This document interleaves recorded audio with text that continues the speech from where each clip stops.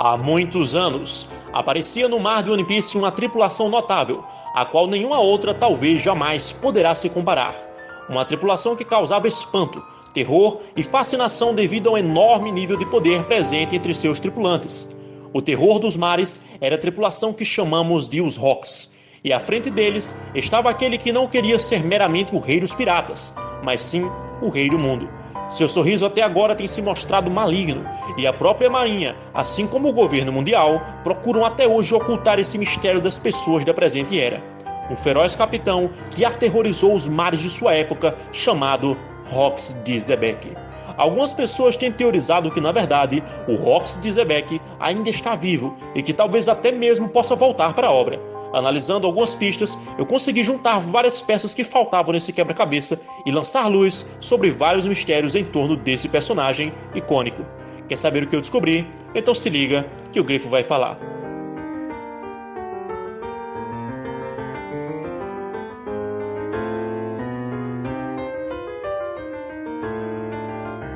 Fala, grifos e grifas! Seja bem-vindo ao meu canal e desde já eu já peço para você ativar o sininho e se inscrever no meu canal para me ajudar a bater minha meta de 20 mil inscritos até o final desse ano.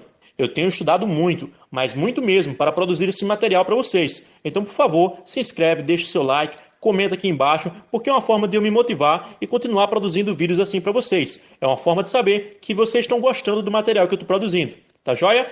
Então é isso, bora pro vídeo e com vocês tudo que eu descobri sobre Rox de Xebec. Primeiramente, Rox de Xebec nos é apresentado no capítulo 957 do mangá de One Piece e no anime no episódio 958, nas Memórias de Sengoku.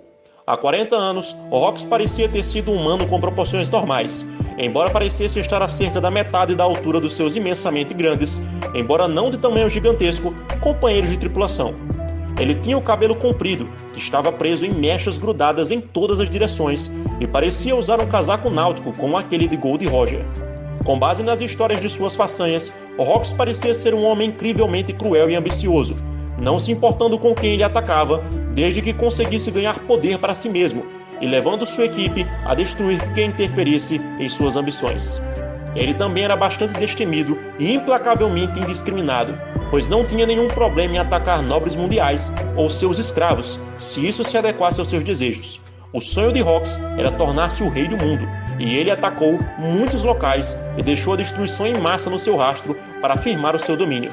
Ele também estava muito curioso sobre assuntos que o governo mundial tinha mantido escondidos, o que o levou, à semelhança de Machel de Tit, o Barba Negra, a se dedicar a esses assuntos. E embora a força e as habilidades individuais de Rox sejam tanto quanto desconhecidas, ele era conhecido por presidir uma equipe de pessoas extremamente poderosas, com personalidades conflitantes e falta de camaradagem, indicando que ele era um indivíduo extremamente poderoso e carismático, e possivelmente a pessoa mais forte de seu tempo.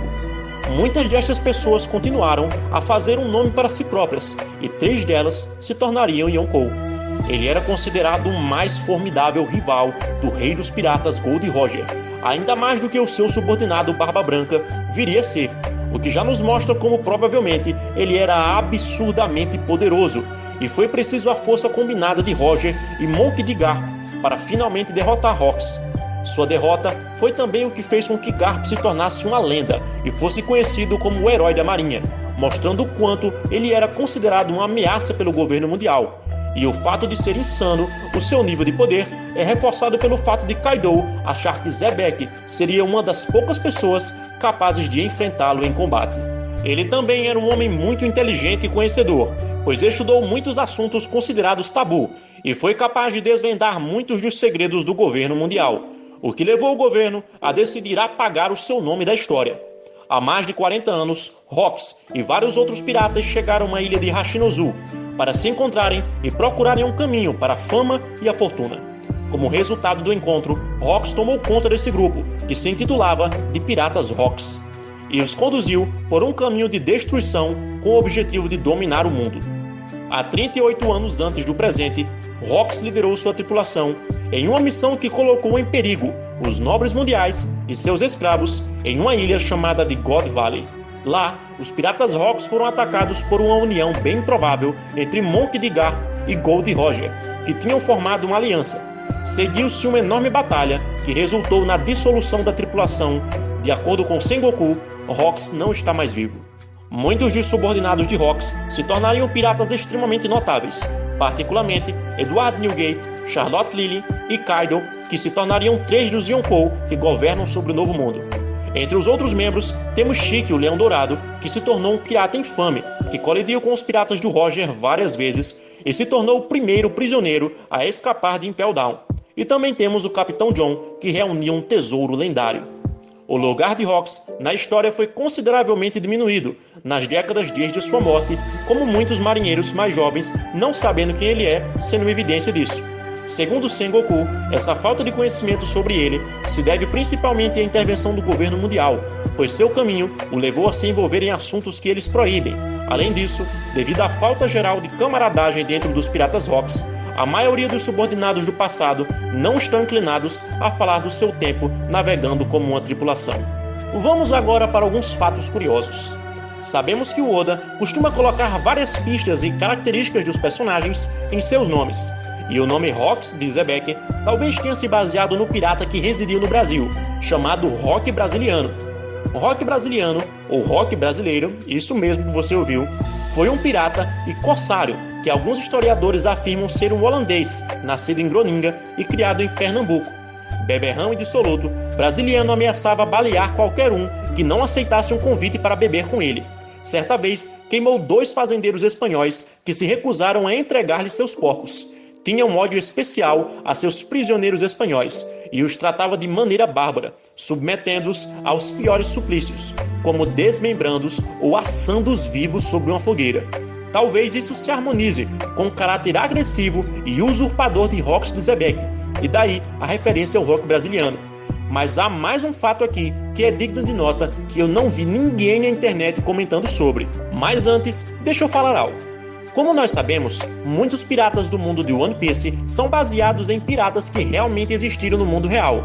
Veja, por exemplo, a Bonnie, que foi baseada em uma pirata chamada Annie Bonny, que se vestia de homem e navegava pelas águas do Caribe.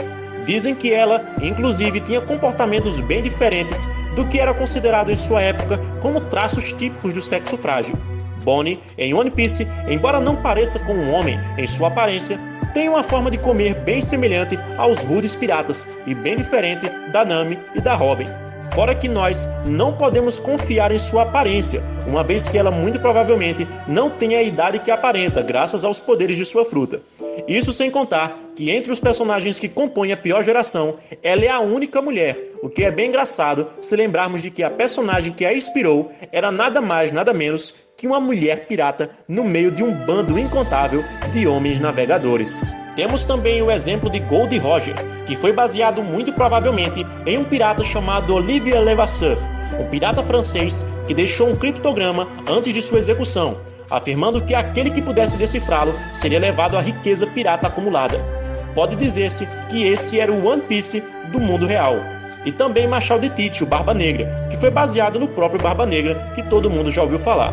Acontece que praticamente todos esses piratas que eu citei, e vários outros, têm suas mortes confirmadas em datas específicas, ou pelo menos algumas pistas de seus prováveis fins.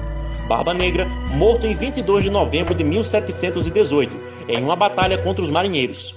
Olivier Levasseur, morto e enforcado em 7 de julho de 1730. Mas e o rock brasiliano? Aí é que está. Diferente dos outros piratas que citamos, nós não temos o menor indício do paradeiro final de rock brasiliano. Em uma das minhas fontes, nós temos a seguinte informação, abre aspas. Em 1670, o rock brasiliano saqueou Campeche, no México, mas foi visto por último no ano seguinte, em 1671. Não se sabe o que aconteceu depois, nem como ele eventualmente veio a morrer. Tudo o que se sabe é isso. Rock brasiliano desapareceu do mapa. Fecha aspas. Considerando que o rock brasiliano nasceu em 1630 e sumiu em 1671, ele tinha praticamente a mesma faixa etária de Roger e Gar durante o confronto em God Valley, seus 40 anos, quando ele sumiu do mapa. E desde lá, embora Sengoku tenha dito que ele havia morrido, o fato é que ele literalmente desapareceu, assim como a ilha de God Valley, e nós não temos mais qualquer vestígio disso em toda a obra de One Piece. Será mesmo? E se eu dissesse a vocês que eu consigo mostrar God Valley aparecendo outras vezes dentro do universo de One Piece, só que com outro nome? E ainda por cima, bem próximo do começo da obra, lá no episódio 146, basicamente há 20 anos atrás. Na Ilha de Jaya, temos um discurso bem orgulhoso do pirata Bellamy, onde ele grita para todos ouvirem que a Era dos Sonhos dos Piratas acabou. Todos os que acreditavam nesses mitos morreram por causa da sua imaginação fértil. Bellamy diz que a Cidade de Ouro não existia, assim como One Piece, mas ele cita um outro lugar, segundo ele também, não passava de uma lenda. E que lugar era esse? A resposta é a Cidade Esmeralda. Para ele, essas histórias não passavam de mito, mas todos nós sabemos que a Cidade Perdida de Ouro realmente existiu, e inclusive o Luffy esteve lá, assim como é real também o Tesouro One Piece, que foi declarado pelo próprio Barba Branca e Marineford como um tesouro bem real. Note que em todo One Piece nós vemos essa ideia de passar a acreditar em algo que poucas pessoas ou ninguém mais acredite. Os Chapéus de Palha, ao entrarem em uma ilha com dois gigantes, se surpreendem porque para eles não passava de uma antiga lenda. Nika, Deus do Sol, também não passava de uma antiga lenda que os escravos antigos lá em Mary Joa aguardavam.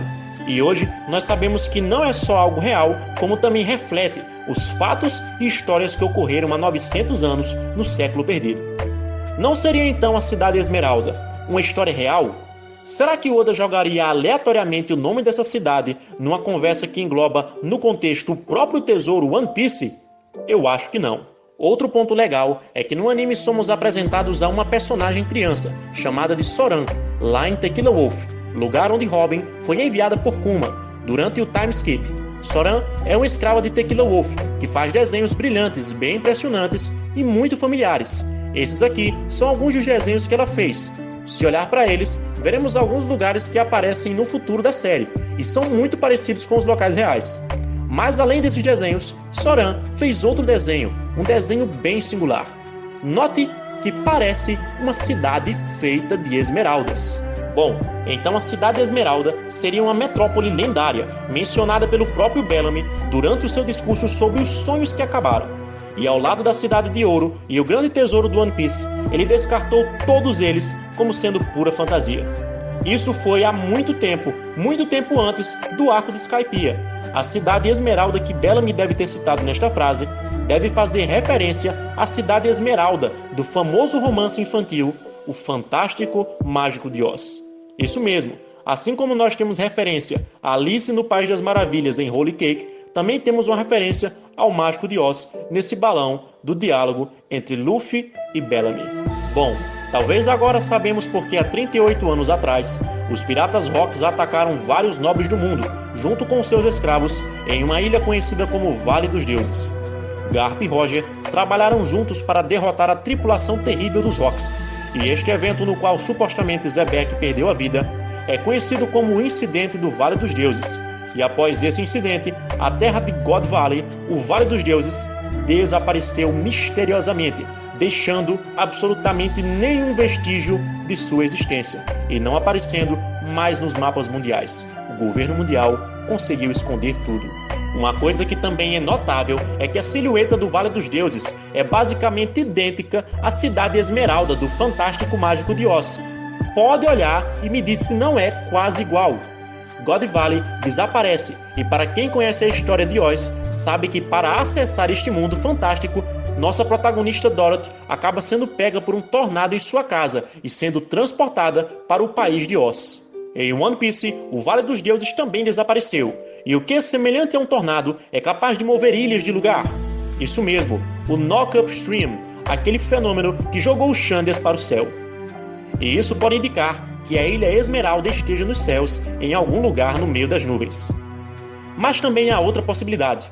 É possível que Insama, na tentativa de apagar essa ilha do mapa, tenha usado a arma ancestral Uranus, que está em seu poder, e destruído a cidade de Esmeralda, assim como fez com a ilha de Lulúzia. E por que ele faria isso? Porque Rox de Zebek foi um dos picos de revolta aos deuses, que ocorreu no meio dos D. É possível que Rox de Zebek estivesse lutando em God Valley, não uma luta qualquer, mas sim uma luta que daria a ele o poder que pertence aos D por direito. E por quê? porque eles são os legítimos filhos dos deuses. E se você está boiando aqui no que eu estou falando sobre Insama estar com Uranus e os D serem filhos dos deuses, eu vou deixar no card aqui em cima e também na descrição um vídeo onde eu explico detalhadamente o maior mistério do One Piece e você vai entender tudo, eu garanto. Mas voltando aqui, o que houve com o Rox de Zebek? Foi morto e destruído junto com a ilha por Uranus? Eu acho que há possibilidades melhores. Uma das possibilidades que recentemente nos foi exposta no mangá é a de que ele está vivo e morto, só que ao mesmo tempo. Calma que eu vou explicar.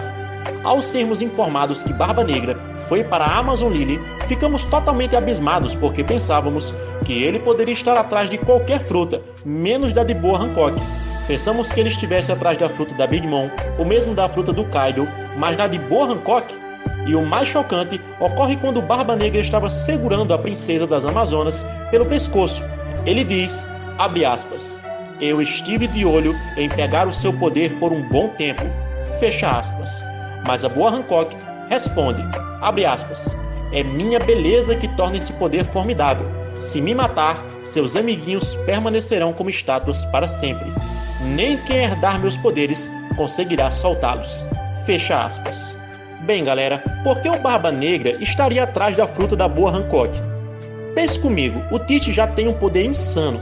Só a fruta que ele roubou do Barba Branca já consegue destruir ilhas inteiras, e a outra fruta dele faz com que ele anule o poder das Akumas no Mi.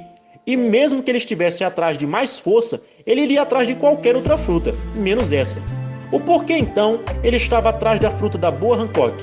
Bem sugestivo, ele queria libertar alguém do passado que estava aprisionado em pedra. E qual o nome do nosso personagem? Isso mesmo, Rox, ou Pedras. Isso faria não só com que Rox de Zebek reaparecesse na obra, como também com que ele aparecesse com a mesma idade que tinha na época e com certeza com o mesmo nível de poder. Eu não duvido que Rox de Zebek esteja dentro daquela dimensão escura do Tish, principalmente devido aos paralelos que existem entre os dois personagens.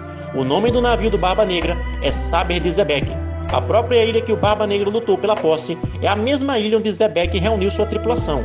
Tish tinha cerca de 2 anos quando Zebek foi dito como morto. Seria ele o filho de Zebek? E é por isso que se diz que ele é órfão? Bem, isso eu vou deixar com vocês porque é bem discutível. Mas voltando ao ponto. Por que houve um confronto tão intenso entre Zebek e o governo mundial? Bom, lembre-se que Rox de Zebek queria ser não meramente o rei dos piratas, mas sim o rei do mundo. E quem é o rei do mundo em One Piece? Quem é aquele que o governa nas sombras e faz o que bem entender? Isso mesmo, é Insama.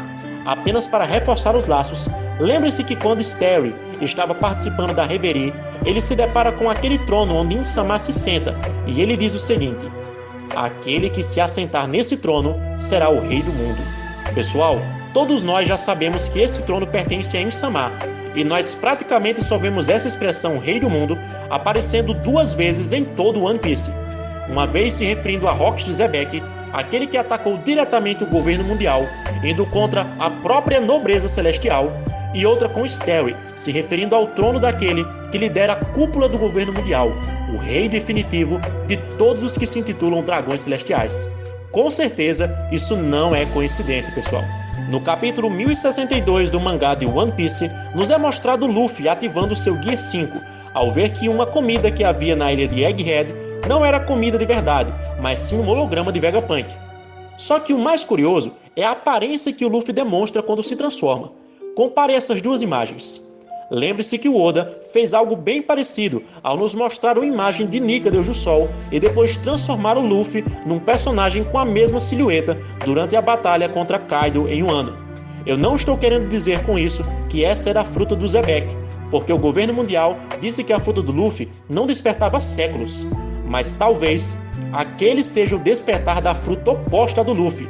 Se ele é Nika, Deus do Sol, o Deus que traz luz ao mundo, nós temos o extremo oposto.